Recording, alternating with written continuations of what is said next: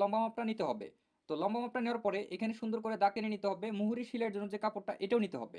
তো এখানে 34 থেকে 36 সাইজের জন্য 15 ইঞ্চিতে রাউন্ড শেপ দিতে হবে, এখানে চিহ্ন করে নিব। নেওয়ার পরে এখানে সোজা করে দাগটা টেনে নিব, এদিকেও দাগটা টেনে নিব। নেওয়ার পরে এই দিকে কোনাকুনিভাবে 34 সাইজের জন্য 7 ইঞ্চি, 36 সাইজের জন্য 7.5 ইঞ্চি, এখানে হাতার মুখটা 4.5 ইঞ্চি, সেলাইয়ের জন্য 1 ইঞ্চি এক্সট্রা, এরকম রাউন্ড শেপ কাট দিয়ে এখানে রাউন্ডটা দিয়ে নিতে হবে। এভাবে রাউন্ডটা দেওয়া হয়ে গেলে এখানে বগলের এখানে সুন্দর করে এভাবে রাউন্ড শেপ দিয়ে নিতে হবে। তো এখন দাগে দাগে সুন্দর করে হাতাটা সর্বপ্রথম কাটিং করে নিতে হবে। তারপরে কিন্তু আমাদের এই হাতায় তালপাট কাটিং করতে হবে। কীভাবে তালপাট কাটিং করতে হবে দেখলে খুব সহজে বুঝতে পারবেন। তো এইদিকে হাতাটা কাটিং হয়ে গেল, এদিকে আমাদের ঘুরিয়ে নিতে হবে।